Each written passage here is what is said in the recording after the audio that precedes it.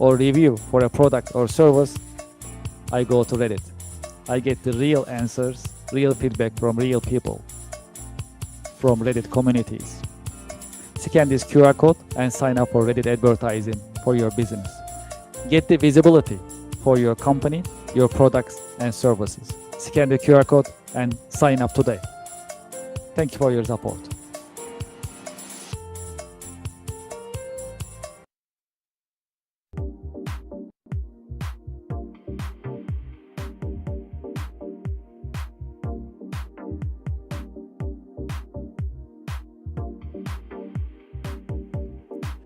Welcome to the American Business Podcast. I'm Kevin Deveji, your host. I'm welcoming you episode 157.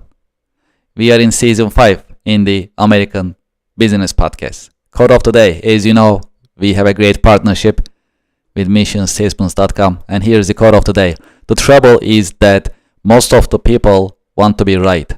The very best people, however, want to know if they are right. Okay, great. Well, we have a special guest in the American Business Podcast. Let's invite our guest to our stage and let's get the conversation started. Hello, Terry. Welcome to the American Business Podcast. Thanks so much for the invitation. Appreciate it. How are you? How is your week going so far? Oh, things are going well. It's always fun when the springtime comes and you can get outside and really rock and roll. This is good. Well, it's a pleasure to meet you in the American Business Podcast. I'm glad you join us today. And we have a lot to cover. If that's okay, let's get the conversation started. As a start, would you please introduce yourself and your organization to our audience and Sure, to our my name's viewers? Terry Rich, and I grew up on a farm, but all the way up to today where I'm semi-retired, but I found the greatest retirement gig of the world, and that's public keynote speaking for conferences across the world.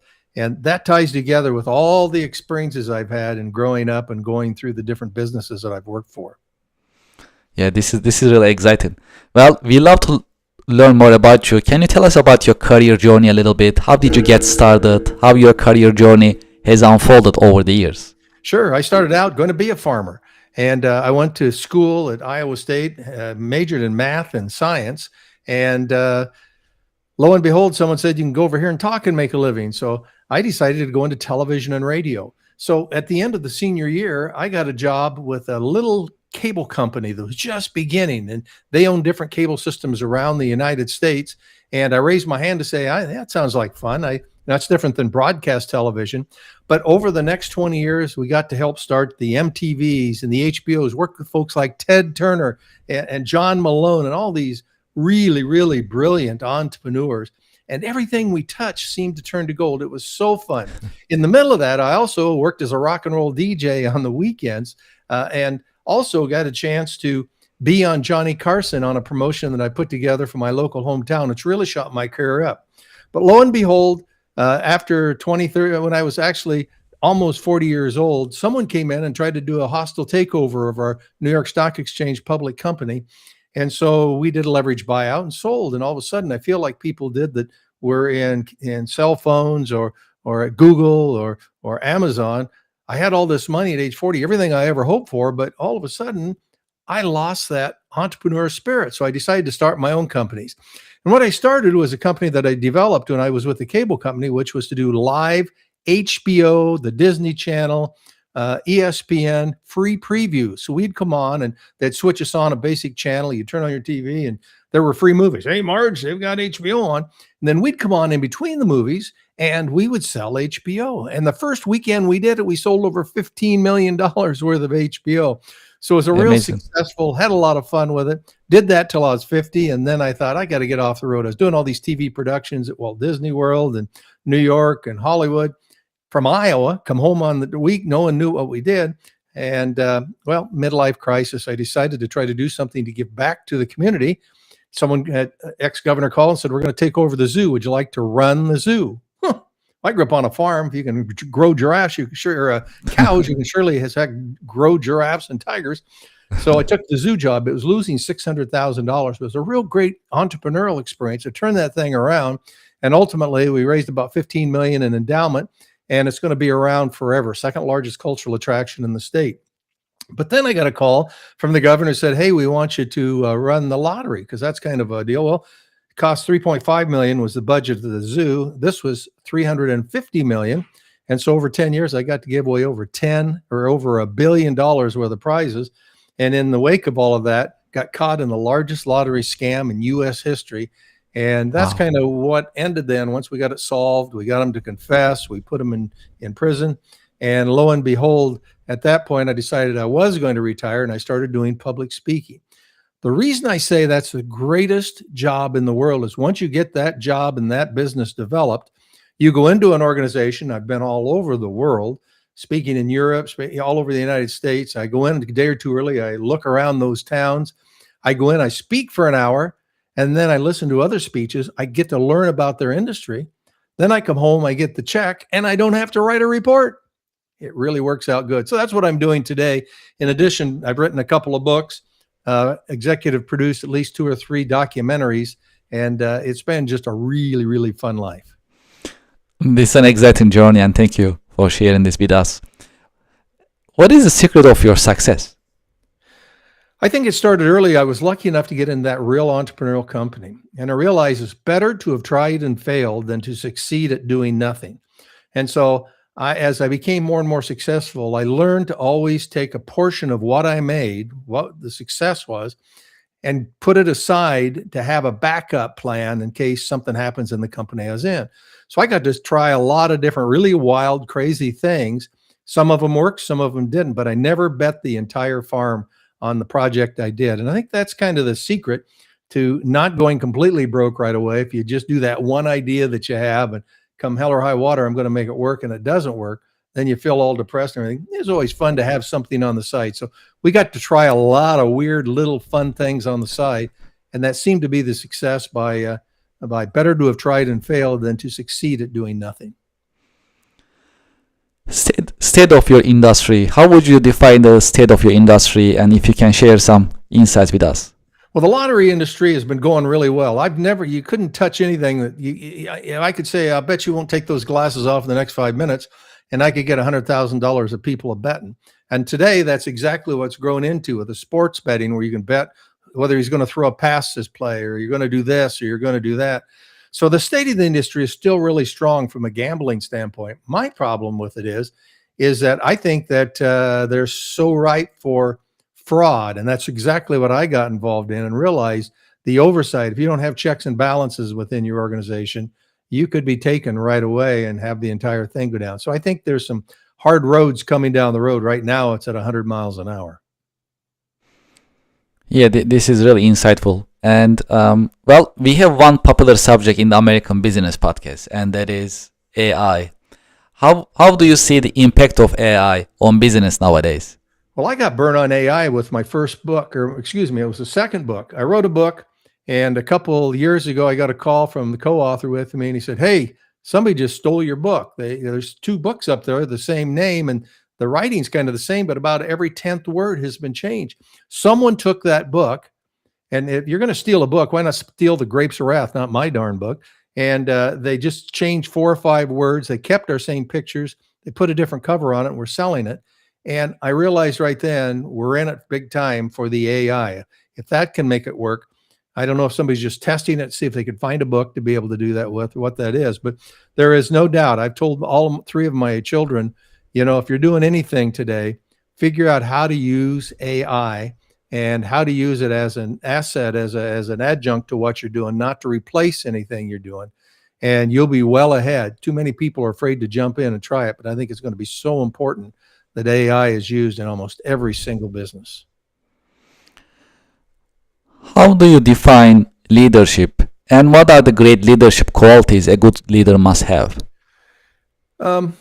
I learned that in the cable business. We had 2 leaders, and I think you've got to have, I think a good leader always finds people around, puts people around them that is stronger than they are in certain categories. So you need a good accountant, you need a good lawyer, you need all of these different things. You can't handle everything as an entrepreneur. You're an entrepreneur because you've got a new idea, and you need to get the people around you to make it work. So that's number 1. Number 2, I think, is sharing the success.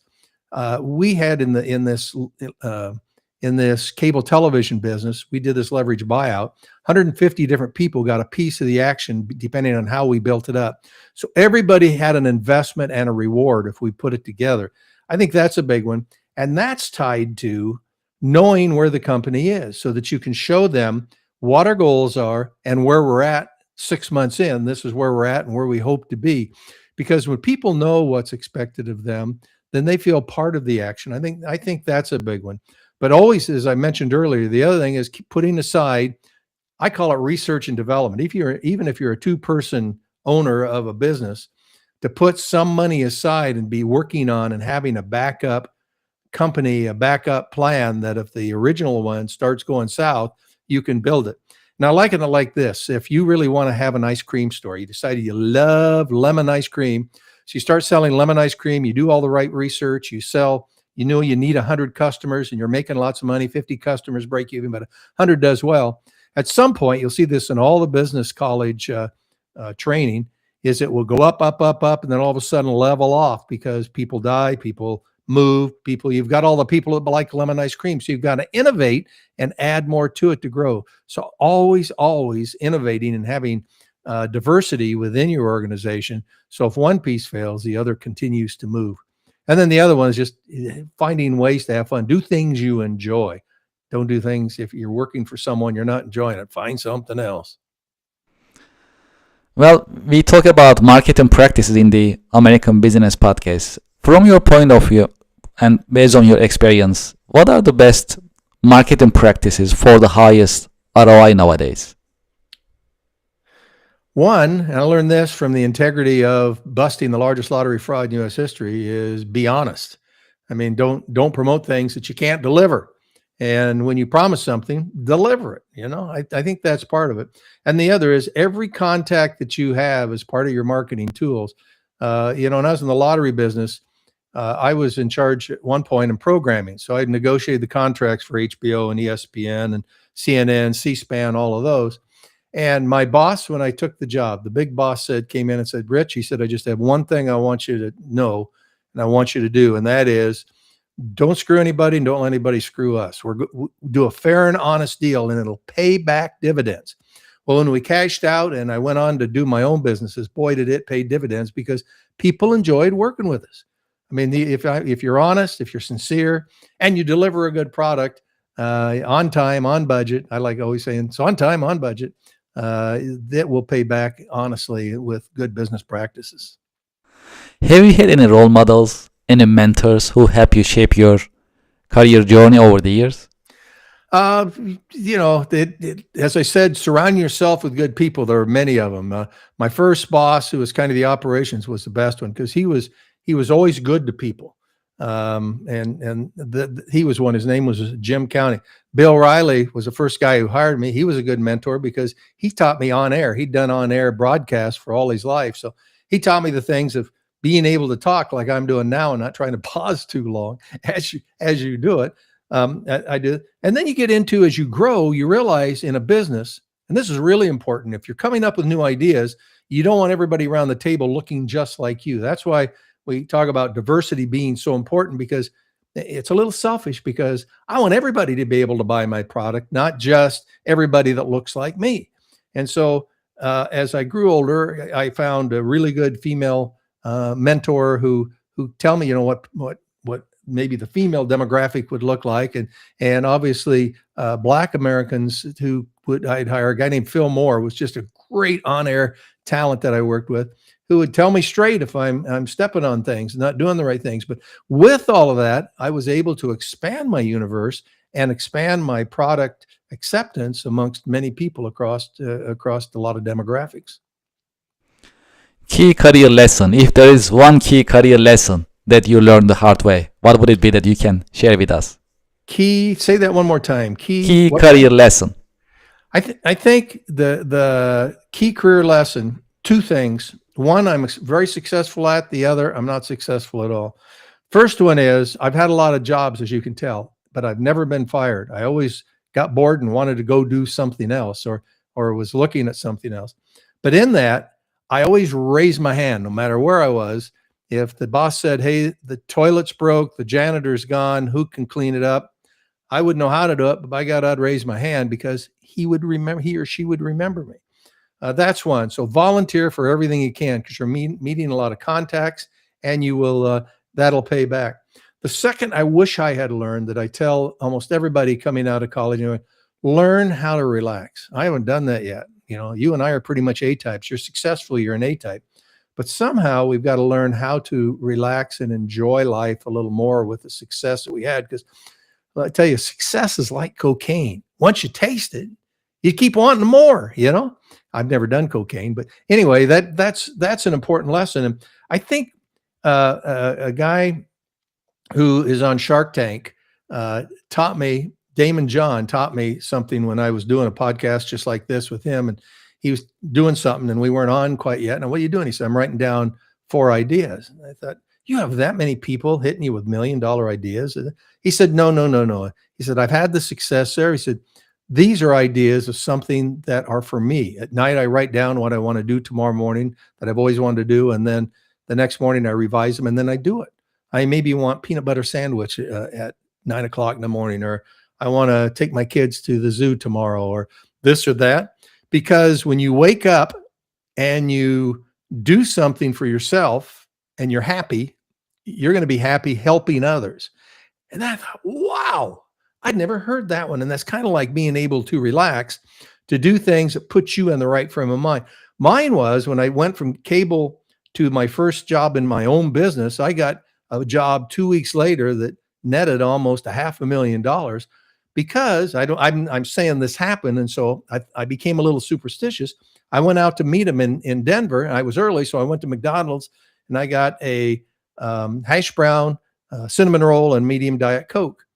And I went in, and 10 minutes later, I had a $250,000 job, and they asked me back for something else. I went back 2 weeks later. He said, I've got this problem over here. Now you did that for 3 days and it's $500,000. How much would it cost for a month? No contracts, anything else. He said, perfect. I'll send you half the money by Monday. Get it on the air by next Friday. Okay. Remember how you raise your hand? You know what? I have a hash brown and a cinnamon roll and a medium Diet Coke anytime I go to speak somewhere or whatever. Not so much that I'm superstitious, but it puts me in the frame of mind that I know I can accomplish it. We have a little tradition in the American Business Podcast. I have a question for you coming from our previous guest. Sure. And after that, I'll ask you to leave me a question for our coming guest. So I'll make sure to ask that question as well. Sure. Okay, so here is the question from our previous guest. What would you have to do if you don't have to do anything? Today, I'd like to say biking. That's the one thing that relaxes me most of all. If I can be by myself biking and do an hour and see the gorgeous sights and just chill out, that's probably what I would do. And the question that you would like to leave with me today for our next guest. With all the success and all of the good things that have happened to you, what's the one thing you do to relax? Have you ever felt like you're completely at peace with the world? Okay. We'll make sure to ask that question in the next episode. Yes, appreciate it. In this episode, is there any question that you would like to ask me? What's the most fun story that you would say happened to you that you would say, I've become successful? I will say, the growth of American Business Podcast is a success for me. It is not because I started it. It is because I created an environment for professionals and experts like yourself to share their insights, their stories. And this education environment is the award. And that's a success to my from my point of view. Very good. That's fun. Absolutely. Yes. Thank you. And thank you for your support. I truly appreciate it. What is your career advice for the next generation professionals? Well, you heard the one. Raise your hand. Volunteer for anything and everything. Even if you don't know how to do it, say, I really don't know it, but I'm sure going to try to tackle it. They will know that you have the gumption and the drive to try to do something new, and that something new will probably be good for the company. So I think that's the big one. Learning how to relax, I mentioned, is probably the second. But do something that you enjoy. I think that as a new entrepreneur, I would never recommend somebody just go out and bet the farm to start a new company. I think it's better off to, and you can do this in high school, you can do this in college, go to work for McDonald's, saying who's the most successful business and the type of business I want to be in, and go to work for them and see what they're doing to do it, because you can probably, there's always something you can do better and something you can improve upon and something you can come up with an idea. And I've got at least 2 ideas, $1 million ideas I haven't done yet. I'll tell you that if somebody wants to do them and help me, we can try to get it done, or they can do it on their own as far as I'm concerned. I love starting new ideas. But to have people as they're getting started, not bet the farm, learn new things, and then when you go out, surround yourself with good people, and you can have people consult with you, especially if you get a good professor, whatever, whether it's the business side of it, the legal side of it, marketing side of it. Find people and surround yourself with good people that you can put together to make it work. Because if you try to do everything on your own, you bet the farm, you're destined for not being in success. For those who like to be in touch with you, learn more about your services, what is the best way that they can get in touch with you? Well, to get a sense of what I like, the Lotto, L-O-T-T-O dot, or Lotto Doc, LOTTODOC.com, LottoDoc.com is a documentary on the fraud, and that's already got 1 million and plus 100,000 just Congratulations. that you can do that. But to get in touch with me, Terry at terryspeaks.com, Terry at terryspeaks.com, has my website, has the 2 or 3 speeches that I do for conferences, and I love doing it. I'd love to come out and talk to you, or if you want, it has the link to the books and has a link to show you some of the things on the speeches. But most of all, love to say hello. This is great. Well, Terry, thank you so much for being with us in the American Are you ready Business for the $1 million ideas that somebody might want? I mean, this is how my mind works. Would you like one, Kevin? Yes, sure. Let's go. Okay. Let's go for it. No, I don't know what I said. Okay, so when we started Mega Millions and Powerball were 2 separate games run by different states in the U.S.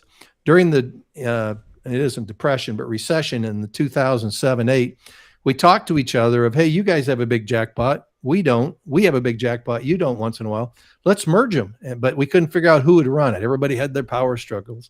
So we decided to just cross-sell. We'll sell yours. You sell ours. We'll both sell both. It should be great. So I'm driving home. They said, hey, in the Powerball states, help us try to figure out how to market Mega Millions. Okay, well, I was driving home and looked up, and there was you know what a crescent moon looks like? It looks like a little fingernail.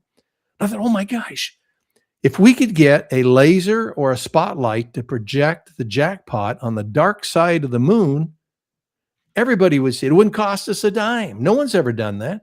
So I called around to see what I could do, and I tried to call up my university, and they hung up on me. That was some kooky guy. So I got a hold of another university with an astrophysicist, and they said, well, you can't get through the atmosphere. You'd have to get it out. So I need to get with Elon Musk so I can get that laser out there so it doesn't dissipate and go right on the moon. We could own the moon as a billboard. No one's thought of that yet. Now the second one is, I got a call from a small town, and this one would work if you're looking for tourism. If you're near a place, they were having 60,000 people drive by the interstate, but they were 1/8 of a mile off the interstate. Nobody's stopping by. Well, we started thinking, okay, everybody knows that you need gas. Well, there's lots of gas stations going down the interstate. You need food, what else do you need? Bathrooms, but not just any bathroom, clean family bathrooms. So let's build a Morton building with about 30 different stalls. We'll get Gerber to decorate them so that we have some old, new, let's put in an outhouse, different, all the new stuff with the bidets and all that sort of thing. We'll get Charmin to provide the toilet paper and do market research. People can come out, how'd the toilet paper feel? We'll sell baby Ruths. We'll have T-shirts. I got pooped out in Menlo, Iowa. We'll have all these things. But we'll do Burma Shave signs. They were exit 88. Urinate at exit 88. I know they would cost us nothing for marketing because all the late night shows that have a heyday coming out would get a king to come sit on the throne for the first time.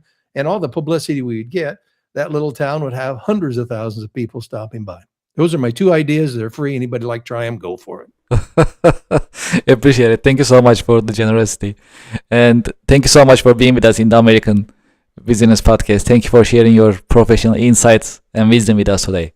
It was a pleasure. Good luck with all your success, Kev. Thank you very much. Pleasure is all mine, and I wish you a great day. And to our audience and to our listeners, Thank you very much for watching. Thank you for listening. We'll be right back after a short break. Thank you very much.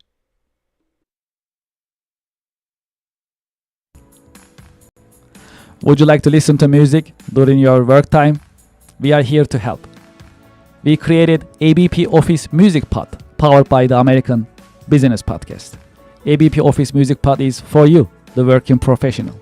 You can enjoy jazz, lo-fi, smooth jazz, classic music, and more during your work time. We keep the music positive and energetic. You can go to the YouTube channel of the American Business Podcast, or you can scan this QR code and start listening right away. There is more coming in the American Business Podcast, and this is one of them. Enjoy ABP Office Music Pod during your work time, and thank you very much for your support. Support for the American Business Podcast comes from Reddit. Do you know the biggest challenge nowadays for American small businesses? That is visibility. That's why we partner with Reddit for Business. There are more than 440 million visitors weekly on Reddit. Furthermore, Reddit is reliable and millions of users are going to Reddit to get the real feedback from real people. It is the number one source for real reviews on products, services, and brands. There is a promotion going on that I'd like you to consider and take advantage of. When you spend $500 on Reddit for advertising, you'll get $500 in advertising credit. True story. I am a Reddit user, and anytime I like to have feedback or review for a product or service, I go to Reddit and I talk to Reddit communities. I get the real feedback and real review from real people and real communities. Scan this QR code and sign up for Reddit advertising. Get the visibility for your company, for your products and services on Reddit with Reddit advertising. Reach people ready to buy your products and services with Reddit advertising. Scan the QR code and sign up today. Thank you for your support.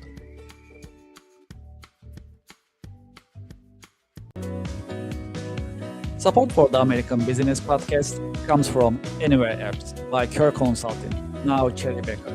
Anywhere Apps are designed to help you digitize and automate your business processes.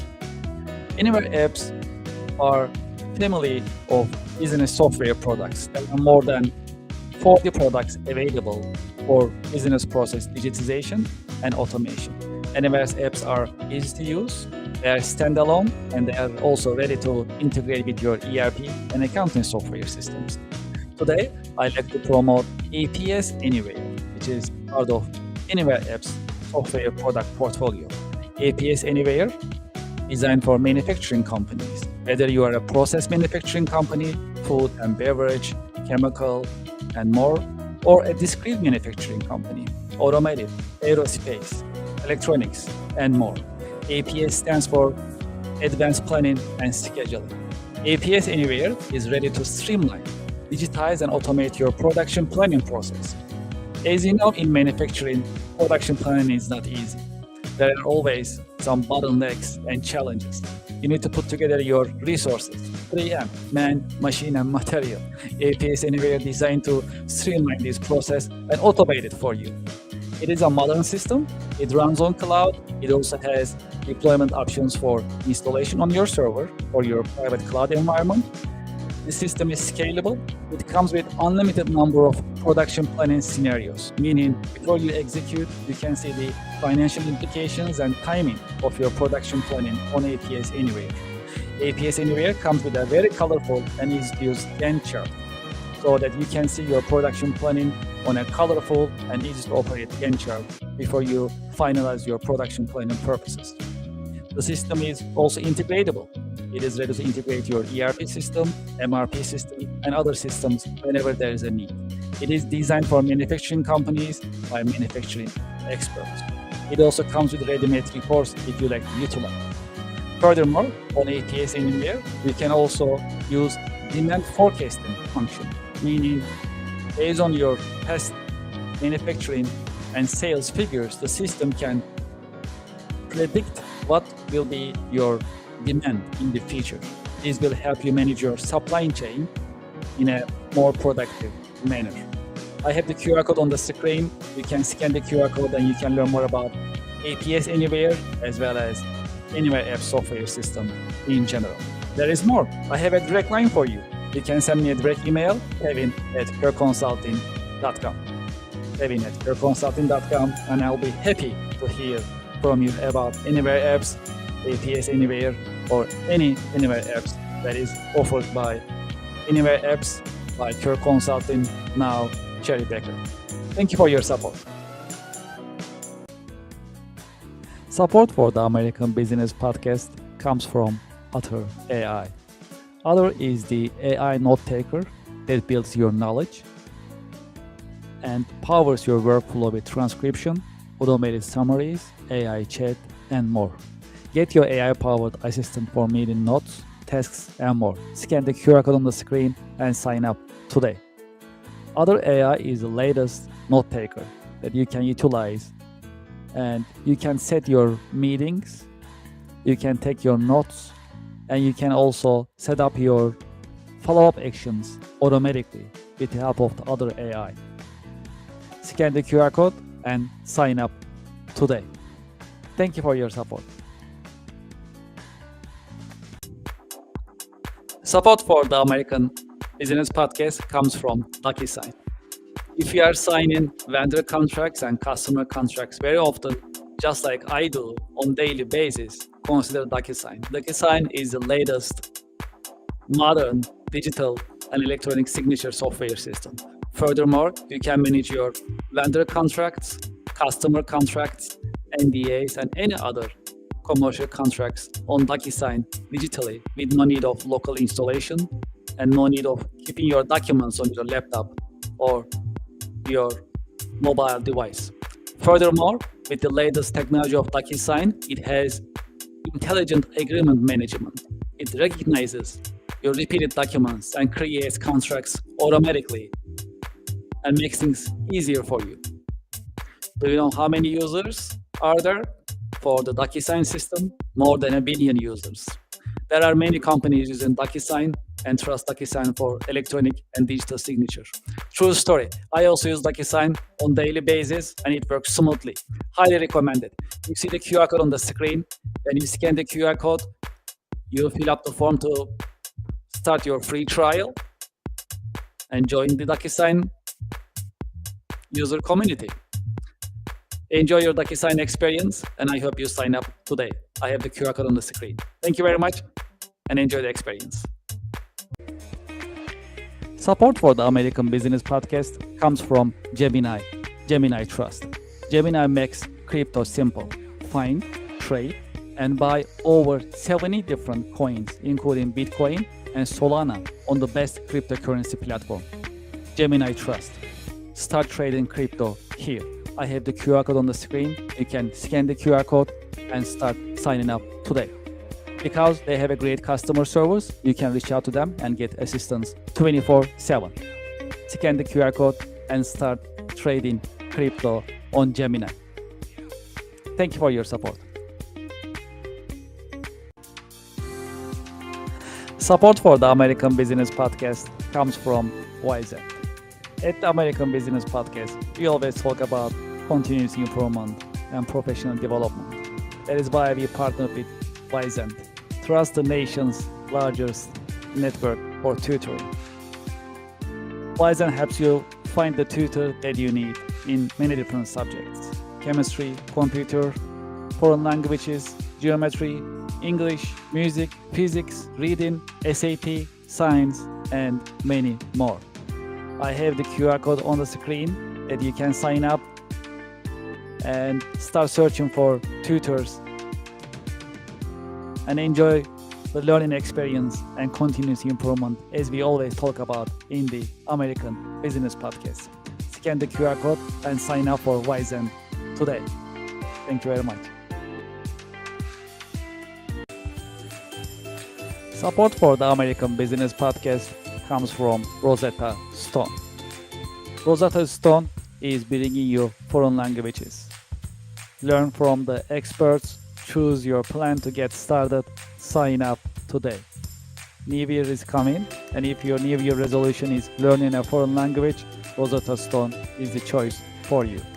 Rosetta Stone is offering you a long list of foreign languages: French, Italian, German, Chinese, Greek, Turkish, Polish, Portuguese, Vietnamese, and many more languages are available for you to get started today.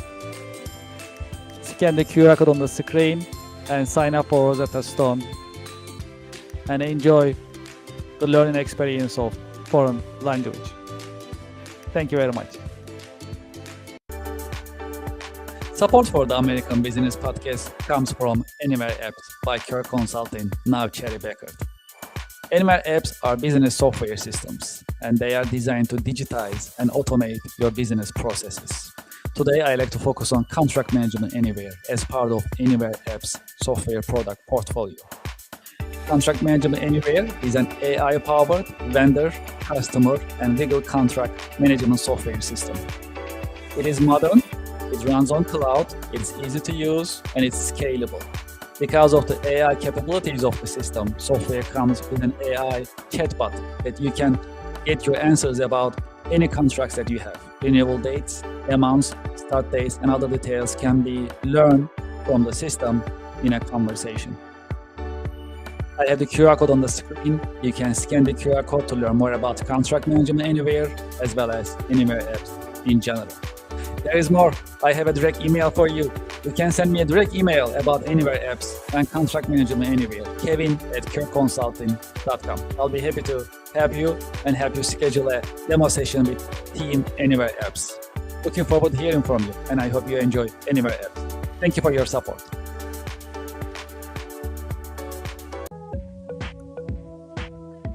Support for the American Business Podcast comes from Norton, advanced tech for advanced threats. Sign up today.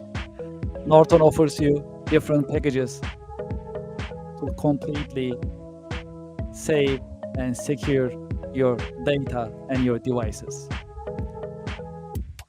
Each Norton package comes with antivirus, malware, ransomware, and hacking protection capabilities. In addition, there is VPN, private internet connection, dark web monitoring, and parental control capabilities in each package.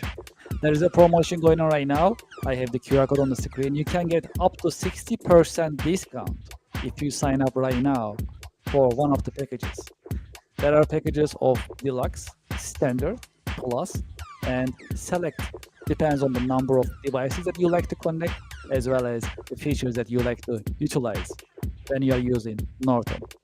I have the QR code on the screen. When you scan the QR code, you'll see the different packages and options available for you. Scan the QR code, go to the page that you like to sign up, pick the package that you like to use, and sign up today. True story. I am also using Norton on a daily basis, and I know all of my devices are secure every single day, thanks to Norton. Scan the QR code on the screen and start using Norton today and save your devices and your data in a safe and secure manner with the help of Norton. Thank you very much. I enjoy the experience. Welcome back to another episode of the International Leadership Podcast. My name is Joe Beauchamp. I'm your host, and we have with us today special guest Adam Thomas Hurd from Atomic Coaching is our guest today. And Adam, why don't you go introduce yourself to our listening audience? Yeah, well, hey, pal. Thanks for having me. Appreciate it. I know, you and I had the luxury of meeting in person, which is quite an experience. So anyone who gets to meet you in person, try to meet Joe. He's really impressive man, doing great things, great story. So thanks for having me on today. I appreciate it, pal. Thank you. So I met Adam somewhat recently, and we do a lot of the same stuff. We work with business owners to help them to grow their businesses, overcoming challenges. I just loved Adam's thinking, his philosophies, his strategies, his mindset. I follow him on social media, and I'm encouraged literally every single day when I watch your stuff. So definitely try to find Adam on, I'm sure you're on every platform, LinkedIn, Instagram, Facebook, I don't know, whatever else you're on. Yeah, follow his stuff. We're in for a great show today. I haven't seen it yet. We haven't done it yet. We're just starting off. So hopefully everybody will enjoy it. I'm sure it'll be brilliant and wonderful. So looking forward to it. Why don't you give us some information about, what kind of stuff does Atomic Coaching do right now? Yeah, I mean, what we have, my partner Tom and I, what we realized, we didn't create this business, it created itself. And we've really been put here to help entrepreneurs who are stuck, right? And it's these people who have got to a position where they're self-employed, they built a business, but they really don't own anything. The job owns them. They've built the job. That's really what they've done. And they've had success. Maybe they're making $500,000, $1 million, but their entire day, their entire life, all their relationships, all their efforts are all controlled by the business that they have. And while on the surface, it looks amazing, like everybody outside is like, I wish I had what you have. Inside, they're just spinning their wheels and they're frustrated. There's something missing. There's a piece of their potential that they know that is just out of grasp. And what we realize we've been put here to do is help steward people through that. Myself, I spent 25 plus years in finance. I owned a financial planning firm and insurance agency, a benefits company. I've served on multiple corporate boards. And I've done a lot of other interesting work that some people think is impressive. I just thought is what I did. Through that work, I ended up advising many, many CEOs of companies. And it was kind of like on-the-job training. And my partner, Tom, he is a physician assistant. And he ended up matriculating or that's the wrong word, evolving into the C-suite of health insurance companies or health companies. And through that process, he really saw the inner workings and operations of what happens at that level. So he came at it from a practical standpoint of medicine, and then he understood actually what's happening behind the scenes to run the operation. He also taught psychology at SUNY Downstate. That's the State University of New York. He taught at SUNY Downstate in Brooklyn for 10 years. He taught psychology. So he understood how to recognize mental health issues. And then he became a life coach. And through, he retired, I retired, and we came together to try to help some of these people with both sides of that equation. What's happening on the tactical side, what's happening on the philosophical and mental side, and we melded it together to really people. So that's what we are all about. That's awesome. So you're bringing together real world business experience, but also, we're driving these vehicles called our brains, and it's interesting to understand how our brains sometimes function for us, but very frequently function against us. And so, being aware of the whole psychology end of it, I think adds a special element, because I can tell you what you need to do. Like, it's pretty much textbook what you need to do, textbook how to do it. But then we end up with like limiting beliefs and mindset things and issues that kind of block people from moving forward. And I think that's where, people get stuck, is in that mindset. I'm not aware of my limiting beliefs, or I'm not aware that I believe something that's actually counterproductive. And so being able to handle it from the psychological end, I think is critical for businesses to really understand. There's a whole, I call it emotional fitness. Others will call it emotional intelligence. I call it fitness because I feel like if everybody exercises good emotional strategies, you're going to become more emotionally fit. But that's the key. It's an exercise. It's a practice. When you're in business, you never reach the finish line, right? When you're in life, you never reach the finish line. We're constantly evolving. We're practicing. We're learning. And if you take that moment in time to really look at who you are, what you do, how you're operating, where you're trying to go, that can allow you to start changing course. And we always say it's the difference between I have to and I choose to. And if you really get to the point where I choose to, and then you do the hard work behind what changes you want to make in your life, in your mental state, in your relationships, in your business, that really allows you to have freedom. And that is the thing. It's a practice, that mental exercise that we do, and physical. Yeah. Instead of I have to, I choose to. That's awesome. Yeah, it's a simple mindset shift of anything that you're doing. If you can sit down in front of it and say, well, do I have to do this, or I'm choosing to do this? And even when you have to do something, you can choose how you do it. And when you start to lead your daily activities that way, you have this ease about you. So if you just look at that two little dichotomies there, if you can switch it to the other side, you'll feel more at peace. Yeah. I see that, a lot of times we make excuses, right? People in general make excuses. So I think that, the economy, the, political atmosphere, the business atmosphere, the, legal stuff and, employees. And if I feel like everything else is out of my control, I feel like I'm in a prison. Like each of these things is like a bar in the prison. But when I understand that, each of those things isn't someone else or something that's out of my control, each of those is really me. And I have influence on every single piece of that. One of the things I like to tell people is, let's lose the mindset of control and replace it with influence. I may not be able to control much of anything, but I can influence almost everything, right? So even take, elections, for example, I can't control who becomes the next whatever political figure, but I do get one vote, right? I get my vote of influence in that. And that goes for everything in our lives, whether it be marriage, business, customer relationships, employee relationships, business partner relationships, any of that stuff. I have an influence in all that. So taking ownership of that, what can I influence and how much can I influence that? Yeah, and some people don't really give themselves the ability to see how much influence they have. So I'll use the political one. You said I have one vote. That's what I can do. Well, I was vice chairman of a lobbyist group, one of the largest lobbyist groups in America for, excuse me, for the financial service professionals. And we wielded tremendous influence over who got elected, over what these laws were written, over what laws were canceled. I mean, we've won laws against multiple administrations, changing them. And what that is collectively, if you have other people that have the same vision as you and are going down that same direction, you actually can wield even more influence. Even though you're one person, you can influence others who can influence situations. And that's really what leadership is all about. It's about how much influence do you wield over the people who have really said, I will follow you. And if you're going to lead, you have to have influence. And that influence has to be collective. It can't just be yours.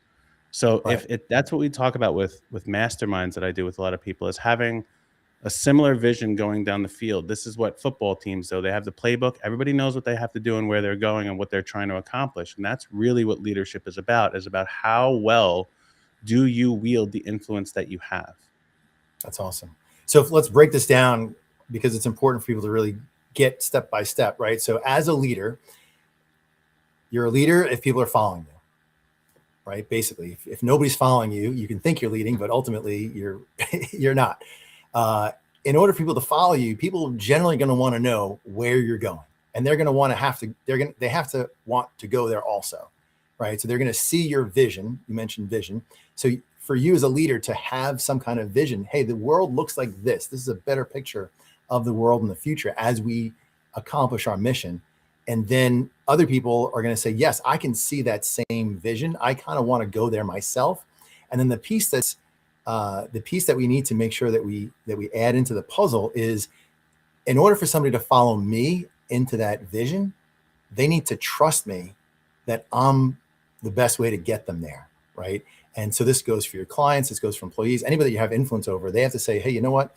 If I follow Adam's going to get me there better than I can get myself there, or better than Joe can get me there, for example, right? So, and then they're going to follow you because you're the best choice at getting them to that destination. Right. Yeah. I mean, that's, it's a very strange power that you have, and you can lose it in an instant and you can gain it in an instant. What's really more important about it is consistently holding it and using it for the best of your ability. And what we use is something called the 5 W's. Okay. And it's who, what, where, when, why. There's an H in there, how, but how is done collectively. The how, other people can do the how. There's a great book by Dan Sullivan. And it's really talking about like, whoop. Something's glitching. Hopefully Yeah. it works out in the end. Yep. There's a great book by Dan Sullivan and Benjamin Hardy, Who Not How. It's who's going to do these things, not how am I going to do them. So we always think the how is a collective thing. But the 5 W's in leadership is really you understanding first, who am I and who do I want to become? And same with the business. Who is the business and who do I want the business to become? If you don't really know that gap, you can never get there. Okay? That's true. And and you have to establish it. Like, who is it that we actually want to become as an organization? Okay. Right. The next thing is what? Like, what is my mission and my vision? And I don't mean the company. I don't mean what's going to go on your website. That's not what I'm talking about. I mean, like, what is it that I, as this leader, I'm in the charge of? What is my mission? Because we say this: your mission is something that you state, but then here's how you uphold it. Everything I do every single day is to achieve my mission. Right. And if you can't look at your mission statement and actively use it that way, everything I do every single day is to achieve this, then it's not your mission. It's just something you're interested in. Right. And that's the problem, Joe. Most people are just interested. They're not committed. And I could talk about that more if you want. So once you understand what's my mission? What's my vision? The next thing is where. And where most people get really messed up. Where are my values now? Because our values change as our perspective changes, as our circumstance change, as our desires change, our values change. And most people are using old values to execute future visions. And you have to really look at, like, what are my values today and assess them, and not just what are they, but why are they important to me? Because you're going to have to convey that to everybody else. If you're going to lead them, they have to believe in that too. They need to have the same values too. And if they can't express that, then you're not leading anything. You're asking people to follow a vision and a mission that they're not going to adopt. Right. And then there's others in there too. There's when are you going to do things, but the most important is why. Why are we really doing this? What is the impact we're going to make collectively? Why are we going through and charging forward to build this business, to lead this family, even if we are going to buy this house? Why? It's all about why. But if you don't understand who you are and who you want to become, where your values are and what your mission and vision is, the why never gets executed. It sits on a shelf and collects dust. Wow. That's powerful. I'm going to have to watch this episode again myself and take notes from it. So this is great stuff. So tell us, a customer example, and obviously don't give us any kind of details on the customer that anyone can even, think that they might know who it is, but give us an example of a client that had a challenge. They were stuck, and you were the guide on the side, helping them along, opening their eyes, changing their vision, their perspective, reorganizing their company, whatever they did. What would you say is a great testimonial or story of a client that you helped? Sure. I have a couple ones that come to mind right now. And I'll share one. If you want the other, I can as well. There's an architectural firm in Manhattan, and they work on some of the biggest buildings you've ever seen in the world. They've done the Javits Center. They've done One World Trade. Right now, they're working on 3 buildings on Billionaires Row. They do impressive work. If you looked at them from outside, you'd be like, holy moly, I can't believe you get to do those things. Wow. Well, the gentleman who is running this, he started it on his own. He's been an architect for many, many, many years, and then he went out on his own. As he did this, he got some help, and then eventually the work built up, and he needed more help, and now he has 9 employees. And he went from $60,000, a year to now, do $200,000-$300,000 a month. And what happens is, he was in that position, and he was starting to get frustrated, right? He's like, I don't understand why everything's not going the way I wanted. And the key thing that we helped him with is his identity. Okay. We talk about this. Our whole methodology at Atomic Business Coaching is believe, behave, become, right? You have to believe like what you're actually after. And that's where those W's that I mentioned before come into play. You have to believe that stuff, and it has to come from inside. It can't come from outside. He just didn't believe that he was the CEO of his company. He still believed that he was an architect drawing amazing buildings and giving consultants and everything else. And these other people were just there helping him to do the thing. And it's funny, he even would mention his employees to us as his coworkers. He truly didn't believe that he was the leader. And yes, there was some imposter syndrome and many sabotaging habits he had. He was a pleaser. That was like very high up on his saboteur assessment. We do that with every one of our clients. And he had this thing. And when we finally had him look at what is going on and what he's really doing, he started to believe that, oh, I am leading this thing. And that little micro shift allowed him to really drive his behaviors different. And that was the thing, is he started showing up like a leader, because the belief dictates our behaviors, right? So if we just believe I'm a coworker of these things and we're doing it together and rah, we'll get it done, you're going to act like a coworker. But when you are a leader, you are now in the charge of these people, not in charge of them, in the charge of them.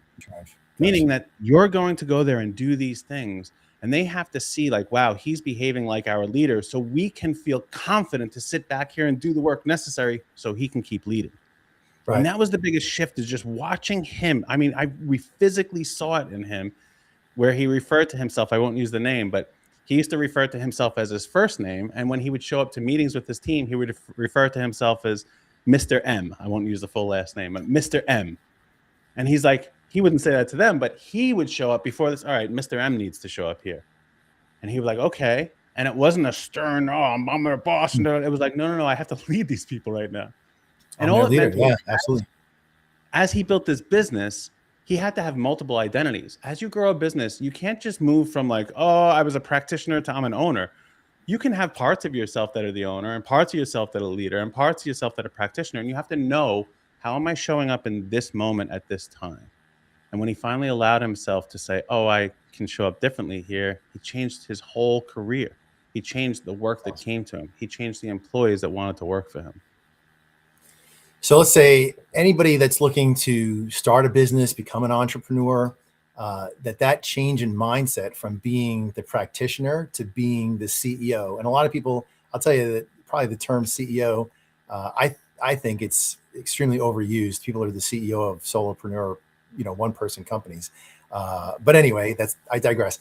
To be the CEO, to have that CEO mindset, hey, I am the leader here, and a team of people relies on me and my leadership for reaching this vision, for accomplishing the mission, even for them getting paid, for them leading their own lives, accomplishing their own vision and mission for their own lives, right? So a lot of times, I'll just say with some of the clients that I work with, if I'm working with a team of leaders at a company, getting those leaders to see their role as a leader and that their people are relying on them for leadership, right? A lot of times people are like, well, I just, I help out, I train people, I do whatever, I oversee a department kind of thing. They're not necessarily seeing themselves like, hey, this person is going to feed their family based upon my leadership. If I lead well, they win. And if they win, they bring money home to their family. They can meet their needs. They can, pay for their rent and their food and stuff like that. And if I don't lead well, there is no money. They can't do their job. They don't go home with the paycheck. They go home, with a pink slip at some point in time, telling their family members that it didn't work again. Right. So really elevating that mindset. Is there a strategy that you would use that you could recommend to a business owner who feels like, hey, you know what, I believe I'm the CEO, but I think I'm the CEO, but I really want to own my role as a CEO? Like, do they look themselves in the mirror every day? They write it, somewhere? Do they tattoo CEO across their forearm or something? How do they get there? Yeah, I'll come back and address the CEO thing if we have time later on. But because yes, it is an overused term, but there's a way to use it that's very appropriate, whether you're a CEO of one or a CEO of 10,000. So to answer your question, the thing is that's too much of a burden to put on your shoulders as a leader.